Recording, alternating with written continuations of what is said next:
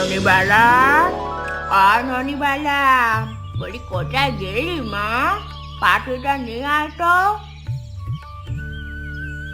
এই সাত সকালে কোথায় যাচ্ছ?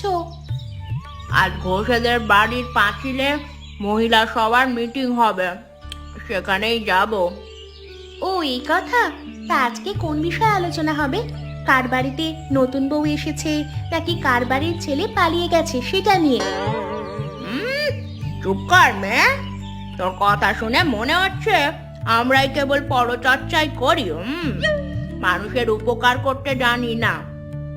মানুষের ক্ষতি করো তাই বললাম কখন? পরচর্চাও তো একটা উপকার। নিজের খেয়ে লোকের কথা কজনে আলোচনা করে? তোর সাথে আমি কথা বলতে পারবো না রে মেয়ে, কেবল খুঁত ধরতেই ব্যস্ত আছিস। আমি গেলাম ঘোষ বাড়িতে, তুই বাড়িতে থাকিস, আর তোর বাবা এলে ভাত বেড়ে দিস। আমি পারবো না, একা বাড়িতে থাকতে আমার বইয়েই গেছে। তা পারবি কেন? আছিস তো কেবল কার বাগানের আম পেকেছে আর কোন গাছে পাখি বাসা বেঁধেছে তার খোঁজে। সে যাই হোক, তোমাদের মতো বসে বসে পরচর্চা তো আর করি না। বুঝেছি, তোকে আর আমি কখনো মানুষ করতে পারবো না। তুই থাক তবে, আমি যাচ্ছি সভাতে। হ্যাঁ গো বৌদি, খবর শুনেছো? আজকে ঘনশ্যামের ছেলের বিয়ে। এলা, কাল কর্তাকে এসে দাওয়াত দিয়ে গেল। তা কোন গায়ে বিয়ে করছে কিছু জানিস? না গো, সে ব্যাপারে কিছু জানি না, তবে ওর বাবা বলল শ্বশুর বাড়ি নাকি খুব ধনী। তাহলে বুঝেছি, মেয়েকে কোথাও গচাতে না পেরে গায়ে বিয়ে দিচ্ছে। তাই হবে হয়তো, বাকিটা বউ আসলেই দেখা যাবে। কই, একটু জায়গা দে তো, পাটি পেতে একটু বসি। সে কি কাকিমা, এত দেরি হলো কেন তোমার? আর বলিস না মেয়ে, মেয়েটা এত বেয়ারা হয়েছে, কোনো একটা কাজ করানো যায় না। সব কাজ নিজে করে তবেই আসতে হয়েছে। একটা ভালো ছেলে দেখে বিয়ে দিয়ে দাও, শ্বশুর বাড়িতে গেলে সব কাজ শিখে যাবে। তাই দেব, কিন্তু যার তার হাতে তো আর কন্যা সম্প্রদান করা যায় না। ও বৌদি, আম বাগানের পথ দিয়ে ওটা কে আসছে? গয়া বুড়ি না? তাই তো দেখছি। এই বয়সে কি শক্তি, বাবারে বাবা! 5 গ্রাম হেঁটে এক করে ফেলতে পারে। ও বুড়িমা, পুঁটুলি নিয়ে কোথায় যাচ্ছ? ও তোরা, আমি যাচ্ছি একটু পলাশপুরে, একটা আয়োজন আছে। কিসের আয়োজন? চপ বানানোর অর্ডার এসেছে নাকি? হ্যাঁ রে, সে গায়ের মুখুজ্জে বাড়ির ছেলের বিয়ে, তাই আমাকে বললে খাসির চপ বানিয়ে দিয়ে আসতে। শহরের মানুষ ওসবই তো পছন্দ করে।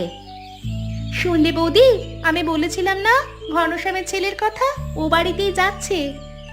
তা এই বয়সে আর কত গায়ে গায়ে ঘুরে চপ বানাবে গো? তোমার তো অনেক বয়স হয়েছে, এবার খান তো দাও।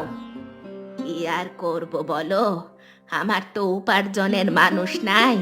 নিজের সংসার নিজেকেই চালাতে হয়। তোদের মতো স্বামী সন্তান থাকলে আমিও গায়ে হাওয়া লাগিয়ে ঘুরে বেড়াতাম। ঘুরবে কি করে?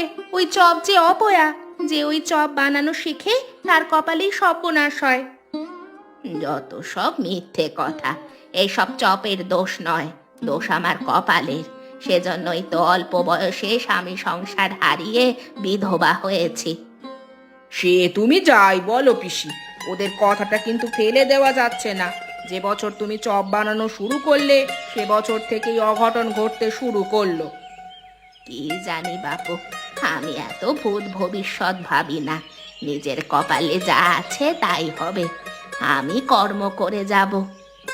তাই করো, কর্ম করে অন্যদের খাসির মাংসের চপ খাওয়াও। সবাই তোমার জন্য অপেক্ষা করে আছে যে। তাই যাচ্ছি, আর তোরা ভালো হয়ে যা। নিজের খেয়ে আর কত মানুষের বদনাম করবি।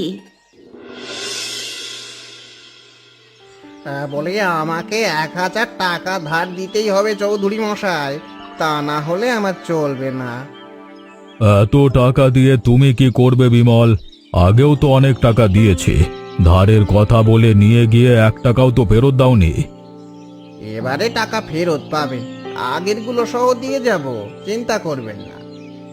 আমি জানি তুমি দেবে না, একবার তোমার হাতে যে টাকা যায় সে আর ফেরত আসে না। তার চেয়ে বড় কথা হলো আমার হাতে এ মুহূর্তে টাকা নেই, তাই তোমায় কোনো ধরনের সাহায্য করতে পারবো না। আপনি টাকা না দিলে আমি মরে যাব চৌধুরী মশাই। যে করে হোক আমায় 1,000 টাকা দিন। তোমাকে তো আগেই বলেছি আমি টাকা দেব না। এই টাকা দিতেই তুমি জুয়া খেলে উড়িয়ে দেবে তা আমি জানি। না চৌধুরী মশাই, এই টাকা আমি সংসারের কাজে লাগাবো। কত টাকা সংসারে দেবে আর কত টাকা জুয়া খেলবে সব হিসেব আমার কাছে আসে। তো ভালোভাবে বলছি, আমাকে ঘাঁটিও না, নতুবা আগে যে টাকা নিয়েছো তাও দিয়ে যেতে হবে, ঠিক আছে? বেশ, এই আপনি যখন টাকা দিবেন না আমি চলে যাচ্ছি।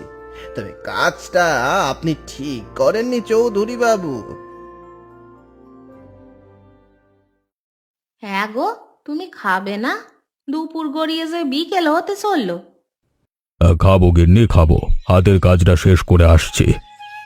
এত কাজ করো না সারাদিন, খাওয়ার কথাটাই মনে থাকে না। কি করব বলো, এত সব হিসেবপত্র আমাকেই তো দেখতে হয়। তা বিমল এসেছিল কেন? কোনো কাজে নাকি? কাজ বই কি, আমার কাছ থেকে ধারে টাকা নিতে এসেছিল।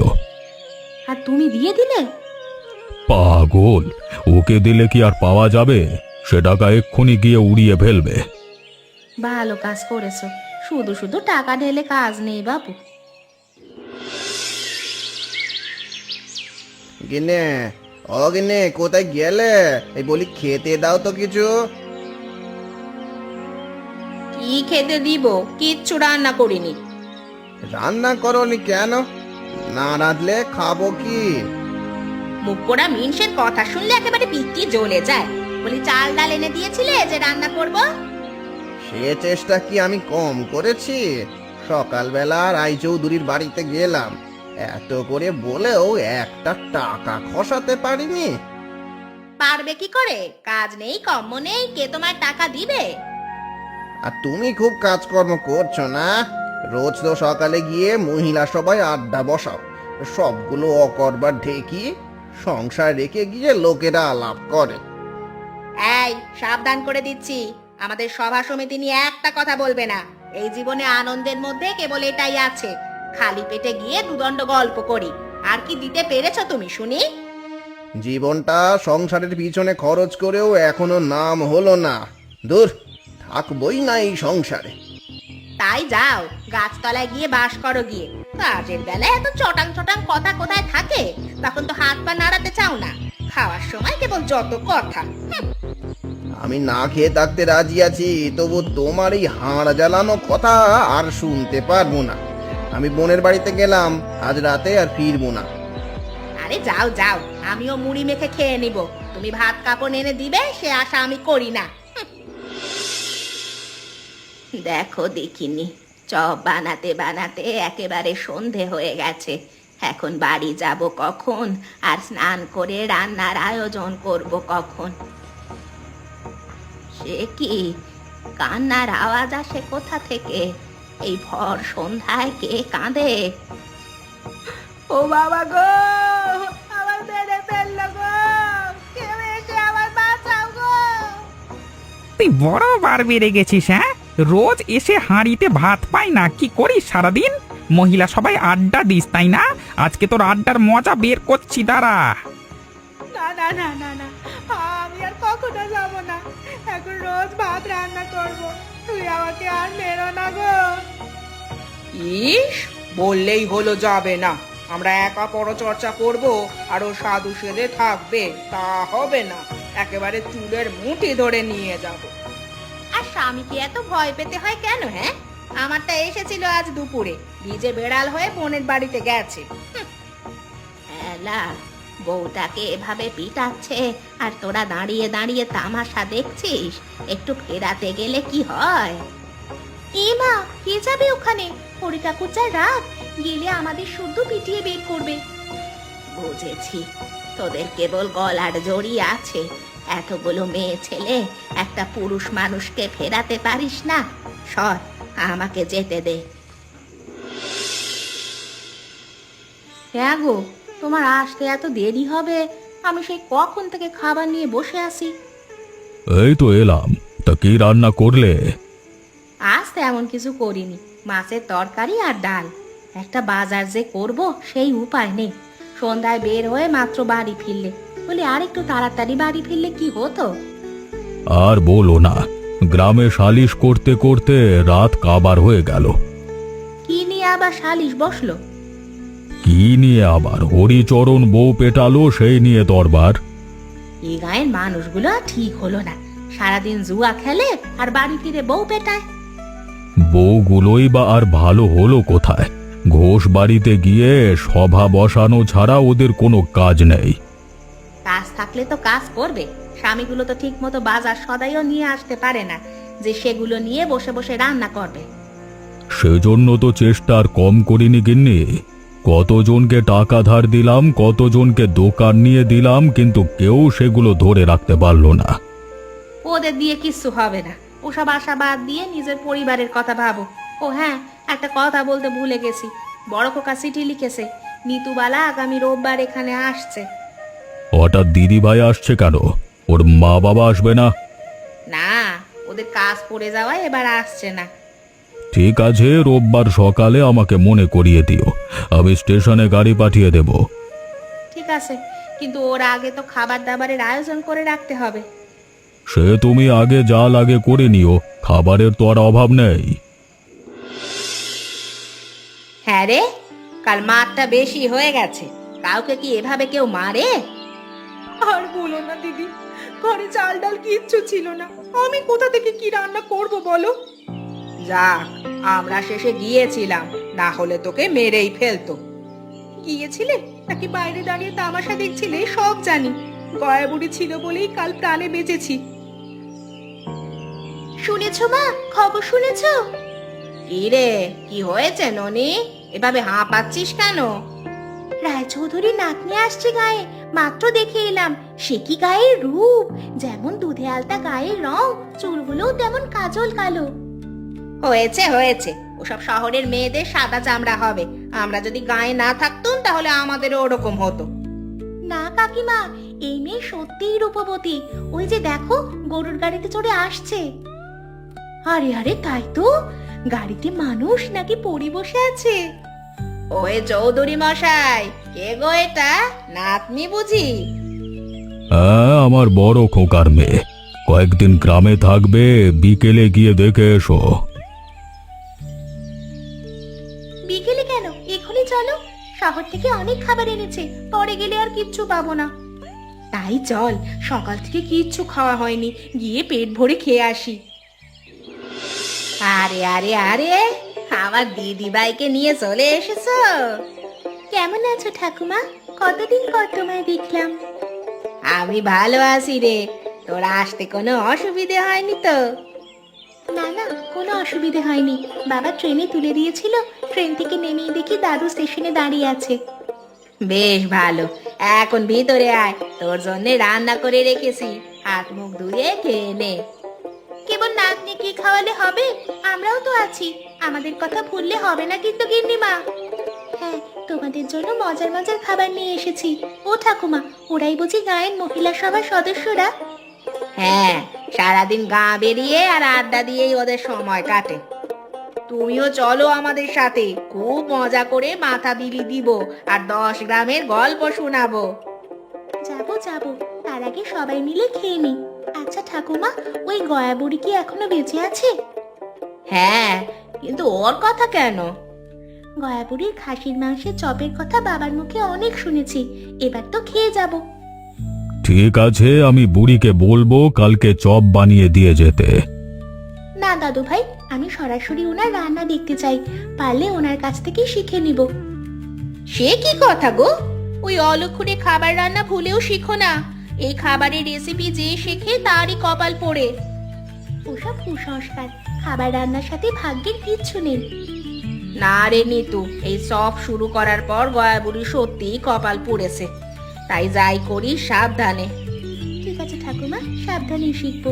এবার চলো সবাই মিলে জল খাবার খাই, শহর থেকে আমি অনেক মিষ্টি এনেছি। সে কি কথা মেয়ে, তুমি খাসির মাংসের চপ বানানো শিখবে? হ্যাঁ বুড়িমা, আপনি নাকি খুব মজাদার চপ বানান। আমার খুব শখ এটা শেখার। কিন্তু চপ বানানো শিখলে গায়ের মানুষ যে তোমাকে অপয়া বলবে, আমার মতো এক ঘরে করে রাখবে। আমি সেজন্যই শিখতে চাই।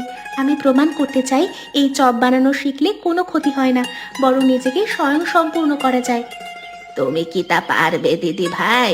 ছোটবেলা থেকে অপয়া অপয়া অপবাদ নিয়ে বড় হয়েছি। কেবল এই চপ বানিয়ে দুটো ভাত মুখে দিতে পেরেছি। সবাই আমার চপ খায়, কিন্তু কেউ আমাকে একটু সাহায্য করে না। সবাই ভাবে আমি অপয়া। এই চপ বানানো শিখে নিজের স্বামী সন্তানের মৃত্যু ডেকে এনেছি। আপনি আমাকে চপ বানানো শেখান, দেখবেন আমি সবার ভুল ভাঙিয়ে দিব। হ্যাঁ রে, বুড়ির কাছ থেকে সব বানানো শিখলি? হ্যাঁ ঠাকুমা, মনোযোগ দিয়ে সবটুকু দেখেছি। এখন আমি নিজেই বানাতে পারবো। যাক, শেখা হয়েছে। এখন এই চপের ভূত মাথা থেকে নামবে। তোকে মানা করলে তো শুনিসনি। কি জানি কি হয়, এখন সেই ভয় ভয় থাকতে হবে। আমার কিচ্ছু হবে না ঠাকুমা, আর এই চপ নিয়ে আমার অন্য পরিকল্পনা আছে। কি পরিকল্পনা শুনি? আমি গ্রামে খাসির মাংসে চপের একটা দোকান দিব।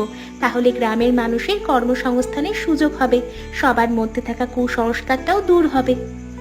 পরিকল্পনাটা ভালো, কিন্তু মানুষ কি এতে কাজ করবে? সবাই তো ভাবে এই চপ বানানো শিখলেই কপাল পুড়বে। লাভ হতে শুরু করলে আস্তে আস্তে সবাই আসবে। এখন কেবল ব্যবসা শুরু করাটাই মূল বিষয়। ঠিক আছে, আমি তো দাদু ভাইয়ের সাথে কথা বলবো, দেখি ও কি বলে। দাদু ভাই আশা করি অমত করবে না। তিনিও তো চান গ্রামের মানুষগুলোর ভাগ্য পরিবর্তন করতে। এখন আমি ঘরে যাচ্ছি ঠাকুমা, সারাদিন খুব কাজ করেছি, একটু বিশ্রাম নেই গিয়ে। দাদু ভাই আসলে আমায় ডেকে দিও। ঠিক আছে, তুই গিয়ে বিশ্রাম নে, ও আসলে আমি জানাবো। এই হলো তোর দোকান নিতুবালা। তুই যেরকম বলেছিলি সেরকম করেই বানিয়েছি।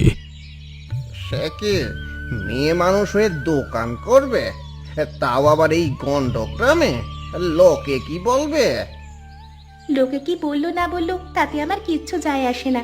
নিজের পেটে খাবার না থাকলে লোকে তো এসে দিয়ে যাবে না। তা ঠিক বলেছিস মেয়ে। একদিন আমার ঘরেও খাবার ছিল না, কেউ তখন কোনো সাহায্য করতে আসেনি। পরে যখন চপ বানানো শুরু করলাম, তখন অপয়া বদনাম দিতে পিছু পা হয়নি। আজ থেকে এই দোকানে তোমার বানানো চপ বিক্রি করব ঠাকুমা। দেখবে একদিন অনেক বড় হবে আমাদের এই দোকান। গ্রামের সবাই এখানে কাজ করে সংসার চালাতে পারবে। কে এই দোকানে কাজ করবে? আমরা কি ওই চপ বানিয়ে নিজেদের কপাল পোড়াতে পারবো না? দেখো কাকিমা, তোমাদের আগেও বলেছি, এখনো বলছি, কপালের সাথে এই চপের কোনো সম্পর্ক নেই। এই চপ বানালে কারোর কোনো ক্ষতি হবে না, বরং সংসারের উন্নতি হবে। তোমার কথা আমরা শুনবো না মেয়ে। যদি কিছু হয়ে যায় তবে এর দায় কি তুমি নিবে? ঠিক আছে, তোমাদের কিচ্ছু করতে হবে না। আমি এই ব্যবসা শুরু করেছি, তা তো দেখছো। আমার যদি কোনো ক্ষতি না হয় তবে তোমাদের ভুল ভাঙবে নিশ্চয়ই। ঠিক আছে, আজকেই তবে আমাদের হোটেল উদ্বোধন করব। আর প্রথম দিন হিসেবে সবাইকে বিনামূল্যে পেট পুড়ে চপ খাওয়ানো হবে। সবাই খেতে আসবে তো? হ্যাঁ হ্যাঁ, আমরা আসবো। কি গো বৌদি, আসবে না তোমরা? আসবো না আবার? বিনামূল্যে খাবার খাওয়ার সুযোগ ছাড়ে কে? তাহলে চলো বুড়িমা, আমরা আমাদের কাজ শুরু করে দেই। হ্যাঁ গো, অনেক বেলা হলো, এখন বাড়ি ফিরতে হবে। কিন্তু ফিরে কি হবে? ঘরে যে খাবার নেই, তার চেয়ে তোদের সাথে বসে কথা বললে সময় কেটে যাবে। এভাবে আর কতদিন চলবে বলো?